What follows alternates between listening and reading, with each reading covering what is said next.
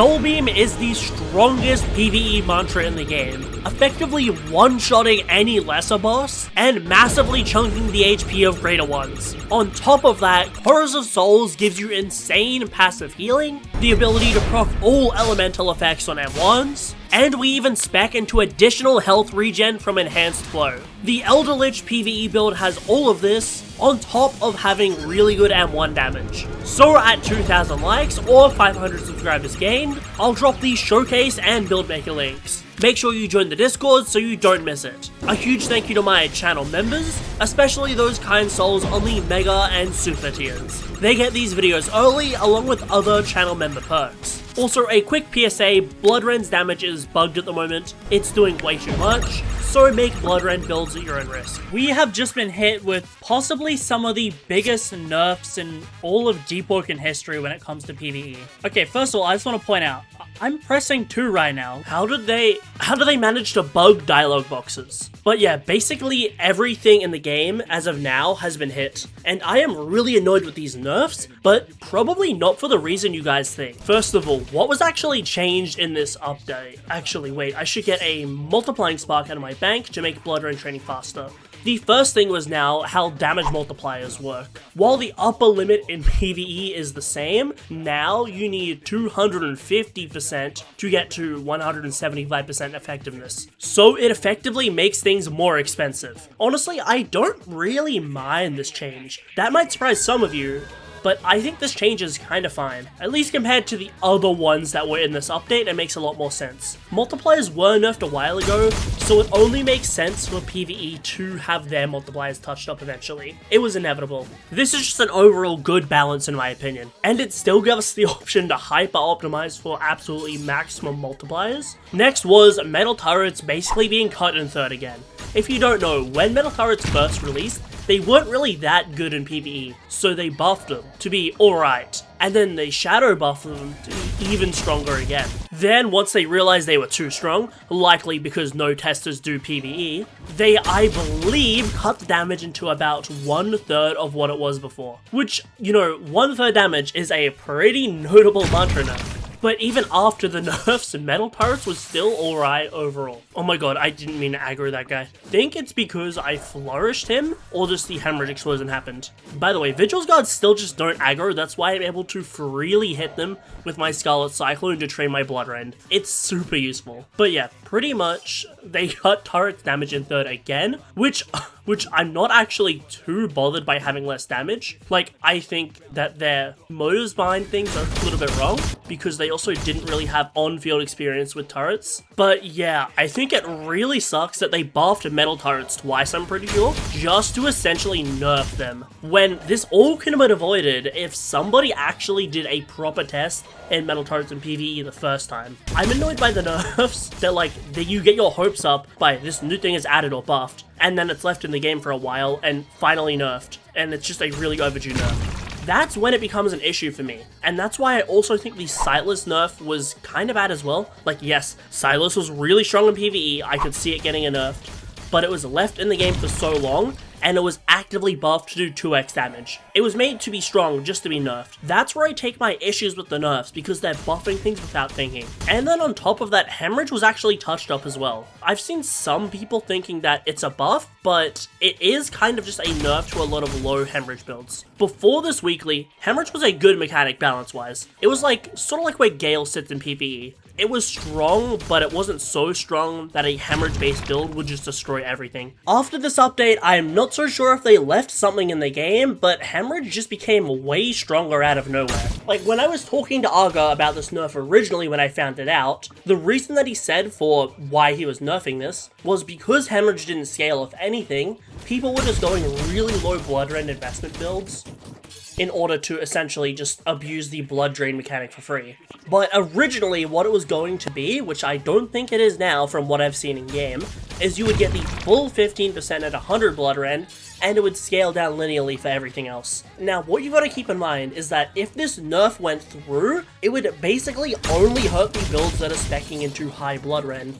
as the low blood rend investment builds that are just going Rush Hour pre-shrine or something, they have other tools they can use. But a build going 80 blood rend for their mantras is going to lose about 2% of their damage. Which, yeah, 2% damage isn't that big of a loss, but with how many hemorrhage procs that you do over time, it was going to add up. However, I ended up convincing him to essentially make it 20 to 25%.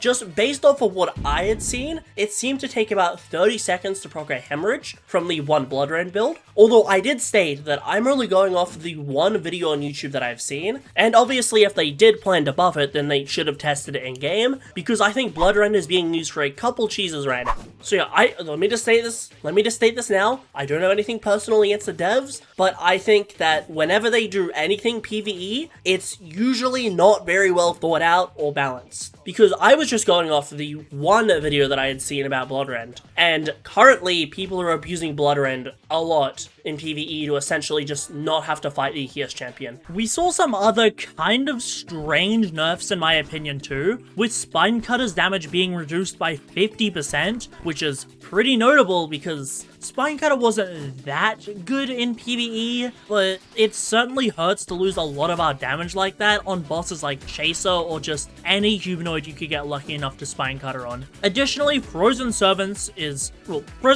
very strong, as people know, and it was given a higher windup. Honestly, both of these changes, they're there and they kind of add to the pile of nerfs that already was this update, but we can at least live with those changes. Because I think that the second, third, and fourth changes I discussed were all pretty horrible in my opinion.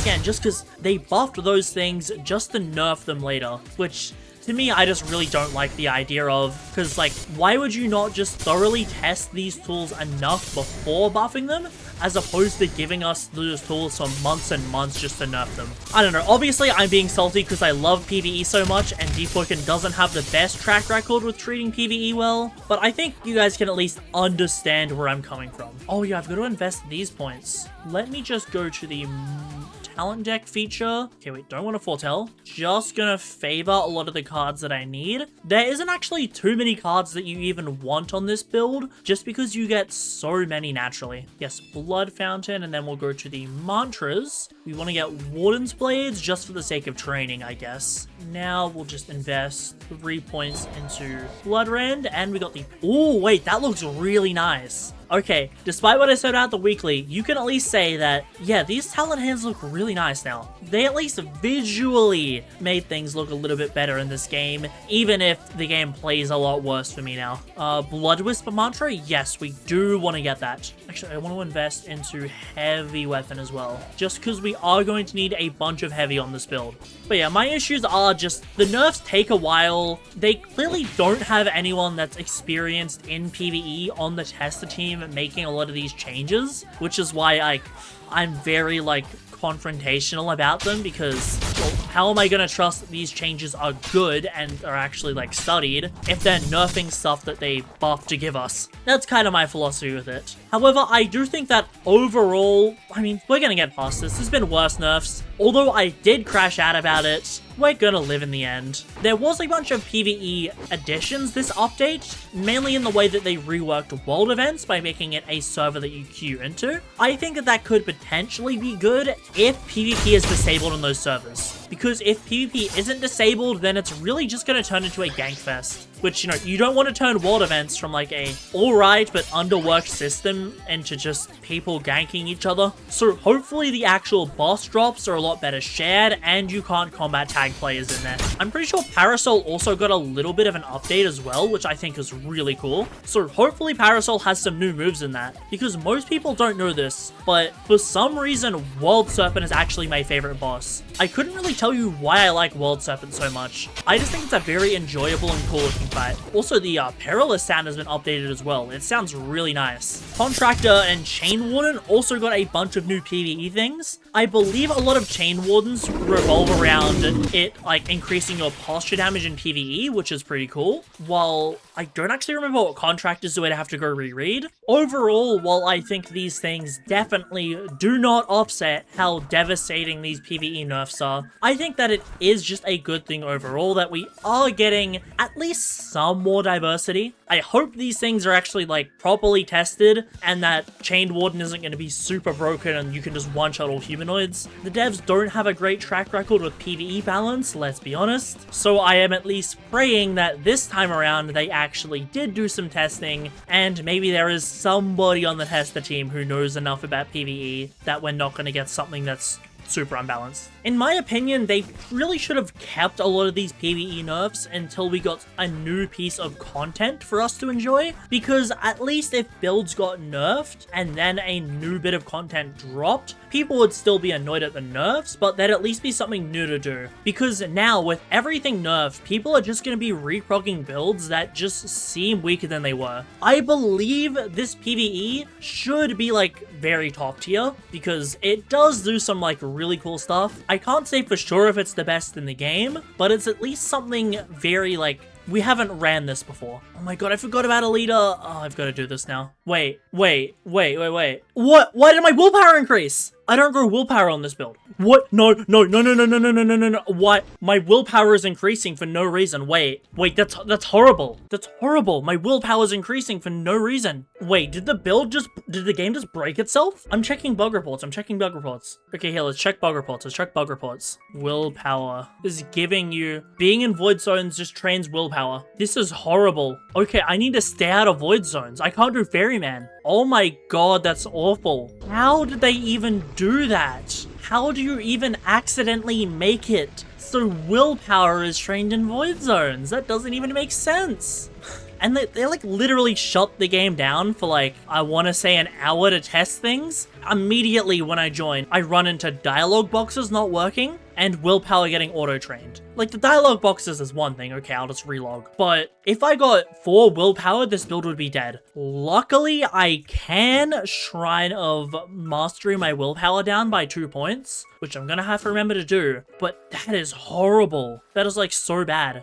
Maybe what was meant to happen is you just gain willpower training in void zones and they accidentally made it so that increases. I don't know, I'm hoping for the best because, yeah, I need to remember that I can't go in any void zones as progression, otherwise my build is just ruined. Also, it wasn't directly stated in the updates, but metal turrets having an increased cooldown actually makes double turrets impossible. If you, for some reason, don't know, there was a strategy for a while where you would use the Vortex Echo Crit to essentially get 4 metal turrets down at once. It was a pretty costly strat, but was relatively strong, and now that's also impossible, which I feel like that was a little bit overkill to nerf double turrets on top of basically getting 1/3 of metal turrets damage. So they really want to bury the old meta for some reason. But the main reason that I'm actually super annoyed at this update isn't necessarily because, oh, the nerfs are annoying, or they're overdue, or they're just nerfing stuff they've already buffed. But I'm actually annoyed because I was planning an insanely big video about my party going for Amity World Record. Like, I fully learned how to animate for it. I was making custom animations. The script was like 7,000 words long, and it had an amazing climactic ending, which ended in all of us getting a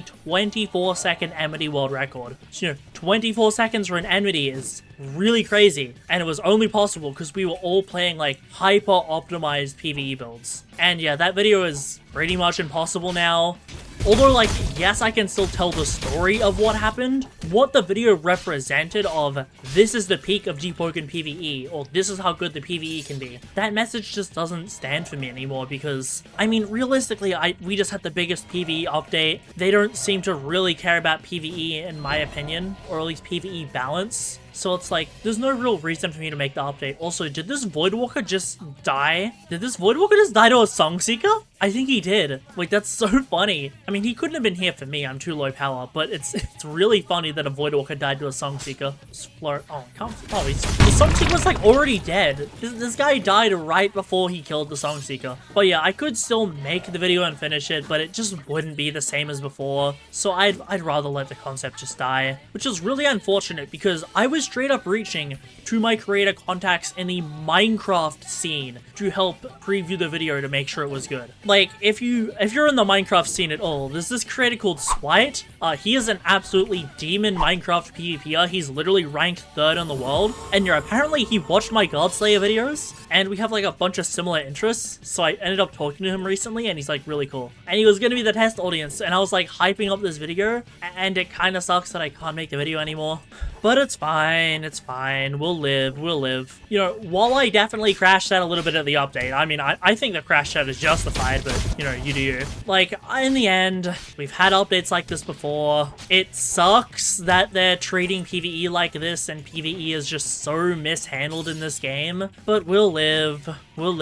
For better or worse, we'll eventually find a new meta, and then we'll continue to develop PvE. Because, they didn't fully kill PvE, they just made it significantly worse than it was before. Well, not significantly worse, but they basically just killed every meta overnight, which is metas that we thought they wanted because they left it in for so long. I think... Okay, Authority Patrol up there and Songseeker over there. I've got to be very careful not to enter the Void Zone next to Songseeker, because I do not want my willpower increasing any further. I can only afford one more messed up point on this build before it's just gutted, and I have to restart. Because this build stat points are very tight. Like, the gimmick I'm going, which you might already be able to tell, is very, very expensive. So I would rather not mess up if I can help it. At least the good thing about the video being scrapped is I can reuse some of the stuff that I made for the drip. The build was originally going to be Shining Maelstrom V4, by the way. So yeah, I'm reusing Shining Maelstrom's drip. I already had parts of the thumbnail made, so I can just reuse that. And it can at least help me get this video out faster, because I'm going to try to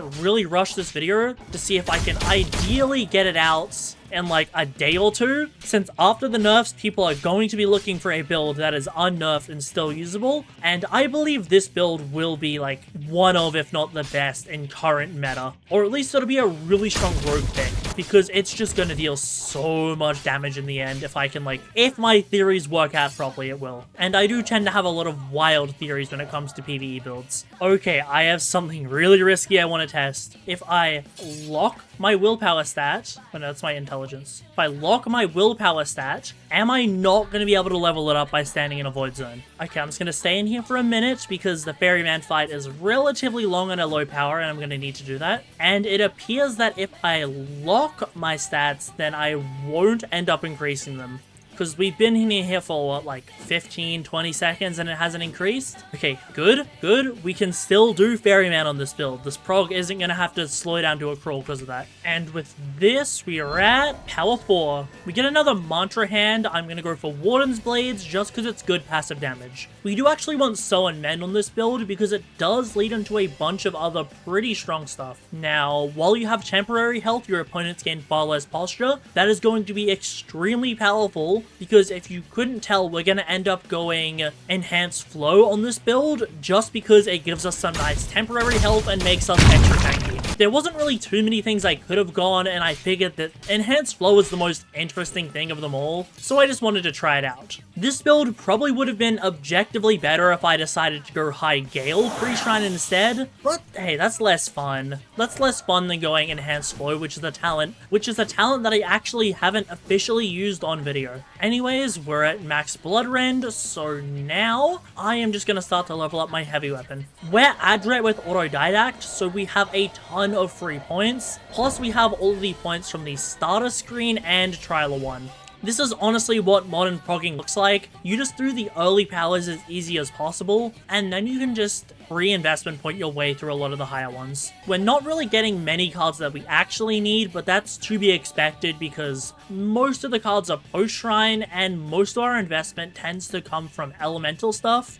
Oh wait, okay, I want that. But yeah, most of our stuff tends to come in the form of mantras or just very high investment talents that we're getting. Okay, yeah, there really like isn't anything. I guess replenishing knockout is nice to have, and we'll just keep investing into our heavy weapon. Power 6. There is replenishing knockout and Smeller's Blood. I'm just going to take the rare card because they're generally better to get out of the pool as early as possible. I don't want blood transfusion because it transfers negative status. I'm pretty sure that can transfer stuff like Rush Hour and Flame Within. I'll take it for now, but if I notice it griefing my damage, I can always swap it out later. I guess I'll just grab a random mantra to train with Post Shrine, and now we'll keep leveling up heavy. I also think I should probably mention the gimmick of the build. I tried to hide it for like some dramatic effect, but yeah, you can tell where I'm going. I've always known that Chorus of Souls and Soul Beam was going to be really good in PvE. I just haven't bothered to go it yet because there was generally just more confirmed or like more interesting stuff I could have gone. But seeing as the PvE meta has changed so much in these past few days, I figured that it's time for me to finally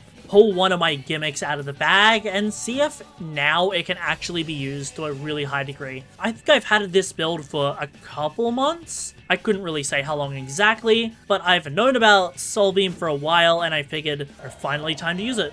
Because it is the highest damaging singular mantra in the game. Like, while Sightless Beam generally out DPS'd it, it was because you could cast multiple. Whereas with Soul Beam, you can only cast it once. So for those lower HP bosses, or just if you want to confirm into it at the end of a fight, it is going to be extremely good. I was somewhat tempted to go medium so I could use, what's that crit? The Mesa ability again, where it consumes chain stacks to deal a lot of damage. It can deal about 4,000 with max chain stacks, which is alright, but I think overall heavy weapon is going to reward me a lot more, because typically what I'm going to be doing at the end of fights is just confirming into Soul Beam, which I have a pretty interesting method to do, and then just using my M1s and all that beforehand. One of the other things that Chorus of Souls does is it gives you a little bit of passive healing, and when I say a little bit, it's actually quite noticeable from what I've seen.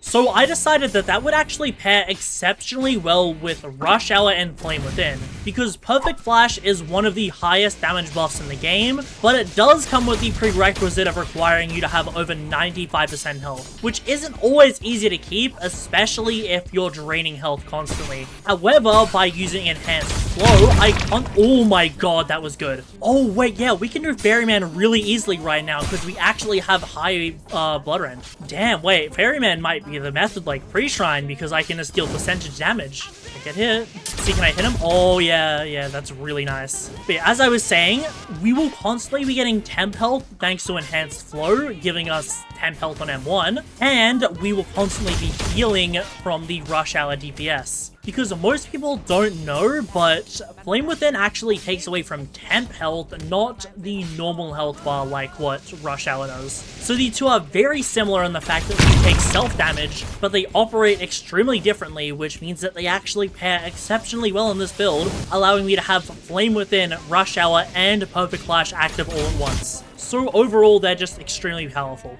Did I just manually unlock chain? I think I just manually unlocked Chain of Perfection there for some reason. Anyways, I think both of these attributes should update when we leave the dungeon, then we can increase them both to 90. I honestly might do another Ferryman right now, because that was stupidly fast, and he gives us so much XP. So we probably don't even need to worry about anything post-shrine. Since yeah, our post-shrine is what? A little bit of charisma training, and then just all element and a little bit of heavy weapon. So it's like super free. Oh yeah, plus we get those nice 15 free full training points from Ferryman. So yeah, I think doing Ferryman pre-shrine on this build is actually going to be how I'm going to just optimize the post-shrine to be incredibly easy. So I'll craft up some more campfires and we'll head back in. Obviously, the main gimmick of Chorus of Souls is Soul Beam, but how am I actually going to confirm into it on this build? Because most NPCs aren't just going to stand there during the pretty long windup of the mantra. What I believe I can do is actually use the burn ticks in PvE to force someone like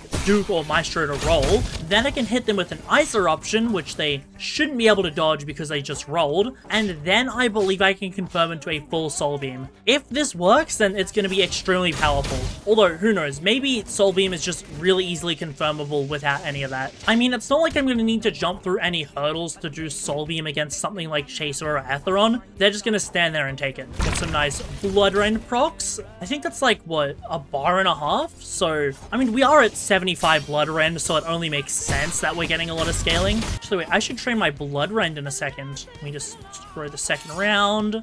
We'll get like 2 points per attack. I believe that's like the window we have open. Let's send that their way and train in the meantime. 1 and 2. But the final effect that Chorus of Souls has is it actually gives our M1s some elemental properties. So it's really good because this means that I can actually get steam vents off my M1s. And steam vents just allow us to get some passive damage, as well as another source of just building chain stacks. So overall, it's just gonna be super, super good. Now I run away. Am I gonna... Okay, my training gear is gonna break just before 90 blood rend, luckily.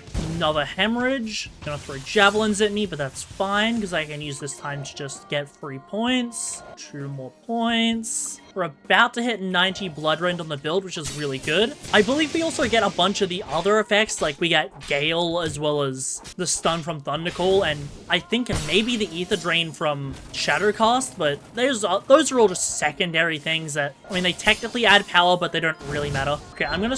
Oh, wait, power up? Okay, we'll kill Ferryman, then keep powering up, because I don't want to pick cards towards the end of the fight and risk, like, griefing myself, because I still am power 10 without any gear on. And Ferryman does do a fair amount of damage with javelins if I'm not careful. He actually guard breaks himself from my parries sometimes, which if he guard breaks himself from my parries, I actually can't hit him because then that'll count as me hitting him mid-attack and he'll just like phase through me. So that's pretty annoying, but it doesn't happen too often, luckily. It has started to occur since the start of the Vow of Thorns update for some reason. Now we'll pick our next set of cards. I still ideally want to get something like Warden's Blades. I'll get this just to get an advanced card out of the way, since otherwise it would appear in our talent hands all the time. I do actually want to get Armor Conserver on this build, just because Chorus of Souls only lasts as long as our Wisps are out, and I want to try to maximize Metal Wisp by being active as long as possible. We'll get a Fire Mantra as well, just to make training Flame Charm easy, and now I'm just going to free points the rest of our way, so I want to stop at 90 Heavy Weapon, just because at that point I'll have the requirements for Enhanced Flow, and then I think I'll go out of here just to do all of the intelligence training. I'm unsure if I want to go to Depths to use Shrine of Mastery or just sail all the way to Hive. I mean, I think I'll just go to Hive because I actually do enjoy traversing in this game. It is surprisingly fun for me, but I know I'm pretty much alone in that. So yeah, let's head out. Here we are at Shrine of Mastery. It's so annoying that my willpower points just increased because for some reason willpower training just increases naturally in void zones, but now it's fixed, so I can reset to Songseeker where Shrine of Order is, and actually no, I'll stay here and just start to train my intelligence, because there's a chance that I might need to use Shrine of Chance, so this way if I stay here, then Shrine of Chance is relatively close. Then I can just reset to Songseeker later. I already have an encyclopedia, so I'll just start to read that. Oh wait, you can set a limit now, that's very nice. Well, I only want 35 in the attribute at most, so I'll start to automatically train it. You might be wondering, why am I not using the math textbook, as that is faster than the encyclopedia to train, and that's because real OGs of the channel remember a build called Cerulean Hunter. That was really just a build that I threw together because I already had, and for that build, because I was being lazy, I did math textbook from like 0 intelligence to 90, and I wasn't killing stuff in between kills. So I had to do like 200 math textbook questions in the span of like half an hour, and oh my god, it was so boring. So that's why I always use Encyclopedia now, because even if it is a little bit slower, I can just leave an autoclicker on. Although actually, we are going to use Scholar's Brew post-shrine in order to train all our attributes, so I think it actually might be better for us to just manually jump up to the intelligence that we need with our free investment points. Enhanced Flow, I'm going to show you what this does now. It's going to be even stronger when we actually get our main weapon, but even right now, it's just going to be crazy. Don't need any of those. So I'll pop Rush Hour, and then just by M1ing, I'm gaining a little bit of temp health, and this works on lightning clones as well. So it's just really powerful for making me extra tanky, and Enhanced Flow is just an amazing talent. I love it, but it's so far out of the way from most normal builds that I can't go it. It's just in this specific instance, I can go a really high attribute pre-shrine. Oh wait, do we need Flame Charm? Oh, we need Flame Charm pre-shrine. Okay, I will just start to invest in our Flame Charm. I almost forgot about that. Yeah, we go 40 Flame Charm pre-shrine. Don't need any of these. I should probably go into our talent deck and actually guarantee a lot of the stuff. And ever-changing ages, sure, I'll take that just because it does give us additional carry load. Favor Thresher Claws, Favor Perfect Flash. I just got ever-changing ages, and I kind of want Sunken Predator. I mean, it's gonna proc in the depths and allow me to gain some free hyper armor, so I might as well take it. What I'm gonna do now is take the Blessed Gem, where is it? Blessed off my Scarlet Cyclone, and then I am going to equip and put it on Fireblade, just so I can train my Flame Charm as fast as possible. Blessed Gem, Fireblade, there we go. So Gale Attuned Widow, kind of annoying, but if I just aggro the boss right, I can essentially just get free Flame Charm training. It is gonna hurt, and I am in really high ping, so I can't exactly fight it, but it can't get to me and I can just freely hit it with my mantras. I will place guild base as soon as I'm outside of combat because I do actually need to get a Hearth Gem. There we go, place down guild base. Not gonna lie, I probably should have just bought all of the attunement training gear at the very start of the progression, but oh well, I can just do it now. Nemifrost, Self-Conducting Loop, Gale Cutter, and that is everything that I need. I'll only use the Hearth Gem for now because I don't want to accidentally invest any more points. I already ruined the build once, well, almost, and I don't want to do it again. The Widow is de-aggroed, so I'll hit it again. We won't get too much training. It would have been even better if I got something like Fire Gun. Oh, wait, okay, wait. Thresher and high ping. This is gonna be kind of hard. I don't have ping compensation on either, so this is like, oh, we got that triple parry, and Thresher dead. Okay, that was less tanky than I thought, but I was only a little bit worried because I didn't want to risk having to fight a Thresher in high ping and losing. But because Flame Charm actually does give us training from the burn ticks, we should be able to train this attribute exceptionally fast. Honestly, training off Widow is just really slow because it doesn't stay on fire for long, so I think I am actually just gonna reset back to Songseeker, because at least with Songseeker jobs I can get like the Authority one, which has a ton of targets, or just abuse the fact that Songseekers don't aggro. Oh, that's a Thresher. I don't want to fight that thing. And as expected, compared to before with the Widow, this has just been drastically quicker in terms of training. We're only 8 points away. But I do have bad news. I figured out 2 variants of this build that are just objectively better. Like, I say like, we're talking like a 5 to 10% difference in our M1s, which I discovered, like, sadly just after, you know, getting past the point where I can't really improve the build, which is unfortunate, but it means when the showcase drops, you guys are gonna have better builds to make. But that's part of the reason that I do these progressions anyways, because I might not have the most optimal methods for the build immediately, but once I actually prog it and see for myself, I'm always gonna discover something new that could make the build just that little bit better. So yeah, when the showcase drops, I'll be dropping both of those variants as well as this base variant if you want it. Since it's not like there's no reason to go this version of the build, it's just that compared to the other ones, this build gets significantly more damage. You just have to kill these Authority guys, and then we're literally done with the pre-shrine of the build, because I should have the final 2 Flame Charm points, which I do. I'm gonna lock this stat now. I'm just gonna get up to 35 intelligence, which will give me access to neuroplasticity, and then I'll just invest 1.2 charisma.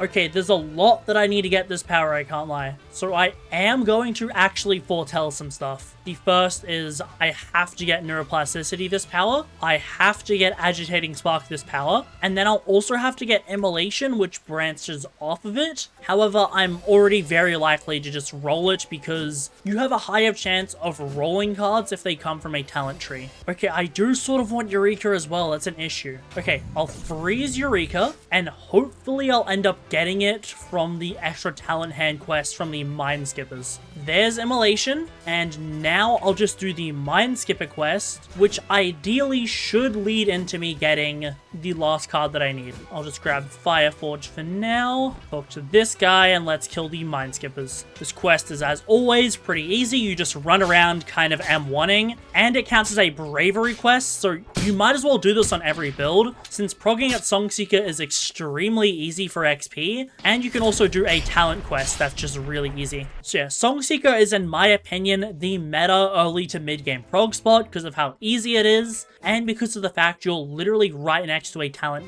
quest. Now, I am going to relog before I actually go Shrine of Order, just so I get that talent hand. And there is our talent hand, and we also got Eureka. That's very good. I don't think there's anything else that we need pre-shrine. I'm just gonna double check the build maker. Okay, got those two, got Rush Hour, got Eureka, got Neuro, got Enhanced Flow. Then I guess I'll check for those three. So I see, yep, I have that. Then I need, and yep, okay, I have literally everything I need pre-shrine. So let's interact with Shrine of Order. I agree. 21 and everything. Gonna double check that. It looks correct. So we'll agree with 7 points left over. And now we're in the post-shrine. What I'm going to do is place guild base and check inside for any mushrooms that we might have, since I do need to craft Scholar's Brew in order to train a lot of our attributes. Also, the new banking system looks amazing, by the way. All they need to do, in my opinion, is just give us more space in the bank, because I really think that this many slots isn't enough. It should be like double this. And they should also make relic stacks, so like all my Moonsides would be in one stack, all my idols would be in one stack, all my gildeds and armorers, etc. That'd help save a lot of bank space, in my opinion. And now I've transferred all of the stuff we need over. Also, I just noticed the bank is finally updating without us having to go back in and out. So what I'm going to do is I'm going to go all the way to the guild arena, just so that way if anyone walks in, I can see it. Then I'll place a campfire down, and now once I light it, I can put mushrooms in there, mantra ingredients in there, and make a bunch of Scholar's Brews. By eating these, I'm going to gain training points in all of my attributes at the same time, so it's going to make progressing them extremely easy. Just minimize these, get the training gear up. I'll start with Flame Charm, since I still do need to get Flame Wisp. I'll see how many points 10 got me, and it appears quite a lot actually, damn. And then I will stop at 30. Of course, 1 point away from the end of this, and it stops. Okay, I'm just gonna spam until I get it. Come on, game. There we go, 30 Flame Charm. Now I will lock this attribute. Then I guess I'll just go to 30 Ironsing. We should also have a bunch of Ironsing points just from those Scholar's Brews. Yeah, I think you guys can see why I didn't think the post-shrine was going to be hard at all. Scholar's Brews are extremely cheap to make, and on a build like this, they just give me so many investment points. Now, Pure Heart, and then Power Up. Thought I saw someone for a second. I will go Mantras, and then I do actually want to use my Foretelling, just so I can guaranteed get Flame Wisp on the build. Let's see, where is it? Did I miss Flame Wisp? I can't see it here. Maybe the game wants me to relog in order to see this, because I should be able to roll Flame Wisp right now, but I just do not see it. Okay, I'm gonna relog to make sure. Okay, in a new server, Mantras, and then I'm gonna scroll to the very bottom, and there is Flame Wisp. I have 9 aces spare, that's plenty, so I can just foretell it. I'm not gonna get a mantra this hand, but I should roll it soon. Do not want Phoenix Flames, and I'll take this temporarily. Don't want Dark God, don't need any of these, so I'll just fold here, fold again. I don't think we're really gonna get anything that we need. And now I actually just realized that my campfire was... Yeah, because I logged from that server, my campfire is just gone, so I need to go out and actually chop some wood to make a new one. There's 30 Ironsing, 30 Gale Breath, 30 Frost Roar, and Power 18. I'll grab Flash Boil just because having Steam is just a little bit more passive DPS and gives us another way to build up Chain. Chilling Flourish so we can have more elemental effects. I'll get Frostbite. This will lead into St. J, which will give us some more healing on the build. I want to stack as much healing as possible to just become incredibly tanky. There's our Flame Wisp as well. I should probably go into Mantras now. Look at the bottom. Then I am just going to foretell Frost Wisp, Gale Wisp, and Metal Wisp. I didn't mean to break that campfire. Well, it's okay because I got extra sticks just in case. 30 Thundercall, 30 Shatter, and now because the Blood Rend item is just about to break. Instead of just buying a new one, I've had enough points to just fully max out my stat points for a while. I've just been holding off doing it. So there is 30 blood rend, and now we just get to 25 charisma, and I should probably go make sure that I get all of the talents that I need, as this is the final power of the build. So favor, favor, favor. I want that as well. I think we already have pretty much all the cards we'll actually need. Yeah, okay. We're gonna have a pretty easy time re-rolling post-shrine. I'll grab Charismatic Cast, which should lead into Tough Love. There is Tough Love. I want to get Sightless still, just because... Actually, I'll get Pocket Bombs. That's rarer. But Sightless still should, keyword should, be able to proc off our M1s. And that will lead to me essentially just taking less damage from the target. There's Sightless still, so we have all of the talents that we need. It's obviously just the mantras that are going to give us a little bit of an issue, but that's fine because I'm just gonna...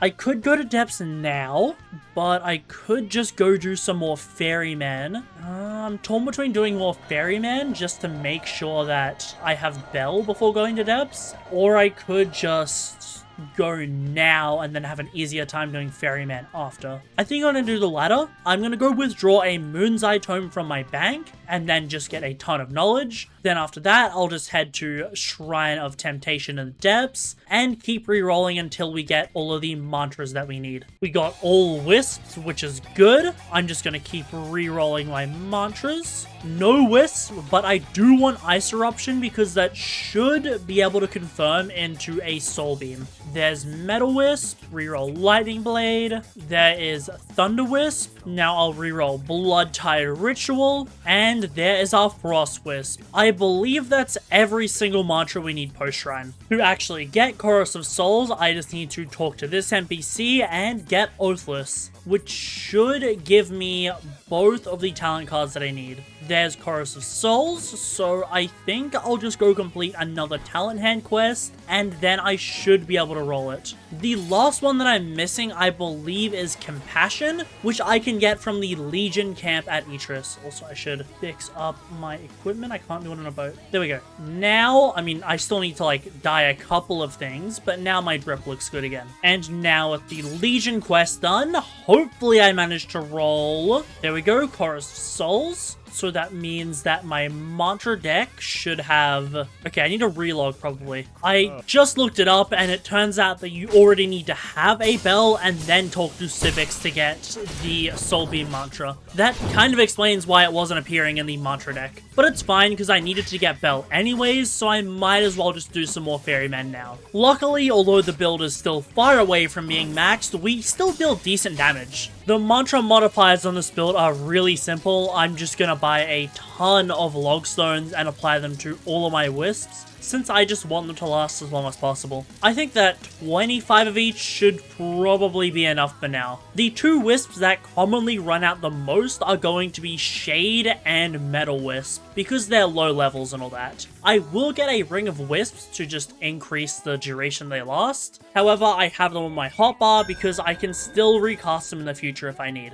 Okay, with all my wisps up, I want to see how much damage... Oh my god, what went out? Oh, I'm missing Blood Wisp. That's it. Okay, unfortunately, this is very ether cost intensive, so I honestly might want to spec into some Song Chant. But oh my god, that's cool. And Soul Beam, what does that do? Oh my, there's some potential there. Okay, wait, does Rush Hour do anything? Oh my god, I out-regen Rush Hour. Wait, this is amazing. Oh my god, wait, Soul Wisp is actually kind of calm. Wait, yeah, this could be crazy. Oh my god, I'm so excited to use this. This is actually kind of strong. Okay, yeah, there's some serious potential here. And then it ran out. I'm assuming because of Shade Wisp? Yes. Yes. And then I just toggle back on Shade Wisp, and I get everything once again. Yeah, this is so powerful. Oh my god. I cannot wait to take this PvE build into some stuff. Okay, wait. I managed to get into a Parasol lobby, but, like, it is not my ping. That's the issue. So I've got to reconfig the macro to be, like, 160 ping. So, okay, maybe it's working now. It works, like, worse and worse the higher the ping gets, and this is, like, extremely high ping. So I've just got to try and cast all my wisps and pray I don't run out of ether like what's happening right now. That's honestly going to be the biggest bottleneck. We don't have the ether regen because I'm not currently wearing a master armor set. And okay, I've got 2 more wisps to go. I don't think do I have blues? Okay, I have blues on them. I have blues on them. That's 54% of my ether. Okay, we can cast this. I have no clue what this Parasol's health is, by the way. I have no clue if I can even hit it with Soul Beam. You know, Parasol's probably one of the only things in the game that doesn't stand still long enough for that. Okay, wait, this is every single wisp out. So I currently have Chorus active. I just need to get rid of this crazy Slits roll. Okay, I need to like... Oh my god, what wisp am I missing? Shade Wisp probably. Shade Wisp. No, it's not Shade. What is it? What am I missing? Oh, Blood Wisp. Okay, wait. Blood Wisp requires 70% of my ether. That's crazy. I don't know if I have enough. I don't know if I can cast it. I can cast it. Okay, this is good. This is good. I need ether though. I don't have the ether for this. Oh, come on, quick. Please, please, please. Attack, attack, attack. It's not attacking. Oh my god. You know, this is the worst enemy to fight with this because I'm just not going to be able to get anything off. And I'm getting horrible crazy slots rolls as well. Okay, at least I can presumably proc steam on it, so I can get some passive damage, even if it's not a lot. Oh my god, it sucks that my Soul Beam missed, because that actually could have, like, shredded his HP. And you can't attack the tentacles, you need to attack the head of the tentacles. Okay, but I'm getting, like, okay, I'm getting some at ones off, that's good. This is a very messy fight that I hope to get better at. What the, is that an Arc Water NPC? That's just the player. That's just the player, okay. I don't know if PvP is enabled, I can't tell. I can't wait, am I damaging it? Okay, I am. Oh my god, I'm taking so much damage. Other players can damage you after all. And yeah, I don't know my master armor on, so I'm taking like a lot more damage than normal. Okay, wait, if I actually had Soul Beam now, I really could have like shredded him. Oh, he's dead. That was it? Or is he like too far? No, everyone's here, so like, bruh, it's okay, there's a mod here apparently. I mean, I'll take it. Is that it? Okay, I see people going up here. Maybe there's a phase 2 to this fight. I haven't like seen the new Parasol rework. I am going to use Soul Beam on it later. Oh my god, no way. No way. That's the bro, who thought this was a good idea? Why on earth would they leave it so there's just chests here that anyone can loot? Wait, no, this is such a horrible idea. Did people not realize this is gonna turn into run to the chests? Wait, that's horrible. Now that I've done tons of testing with Soul Beam, just testing how much damage it does, how many ticks and all that, I think it's finally time to take this build into Ferryman and see just how much that we can decimate his health bar with the power of the strongest mantra in the game. So I'm just gonna start by casting all of my Wisps. If you're wondering, I am using the ritual cast macro made by Worm Cave. Yes, to my knowledge, it is completely allowed, and it just helped me save so many points on this build. The only issue is you do need to configure it to your ping, so if you're hyping, it can be a little more annoying to cast. Alright, we got a great roll on crazy slots. We're just gonna M1, proc Grim, parry 3 times, then taunt, and wind up Soul Beam. Oh, okay, wait, that's doing really good damage.